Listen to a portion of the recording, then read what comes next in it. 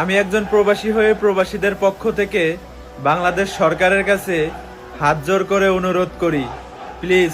যেহেতু আমাদের একজন প্রবাসী ভাইয়ের মেয়েকে প্রথমে ধর্ষণ, তারপরে তাকে নৃশংসভাবে হত্যা করা হয়েছে, তাই আমাদের প্রবাসীদের পক্ষ থেকে বাংলাদেশ সরকারের কাছে একটি অনুরোধ থাকবে, অন্তত এই ধর্ষণকারীর বিচার জনসম্মুখে করা হোক। আর সেই বিচারটা এমনভাবে করা হোক যেই বিচারটা দেখে বাংলাদেশের মধ্যে আর নতুন করে কোনো ধর্ষণকারীর জন্ম না হয়। আমি একজন প্রবাসী হয়ে প্রবাসীদের পক্ষ থেকে বাংলাদেশ সরকারের কাছে হাত জোর করে অনুরোধ করি, প্লিজ, যেহেতু আমাদের একজন প্রবাসী ভাইয়ের মেয়েকে প্রথমে ধর্ষণ, তারপরে তাকে নৃশংসভাবে হত্যা করা হয়েছে, তাই আমাদের প্রবাসীদের পক্ষ থেকে বাংলাদেশ সরকারের কাছে একটি অনুরোধ থাকবে, অন্তত এই ধর্ষণকারীর বিচার জনসম্মুখে করা হোক। আর সেই বিচারটা এমনভাবে করা হোক যেই বিচারটা দেখে বাংলাদেশের মধ্যে আর নতুন করে কোনো ধর্ষণকারীর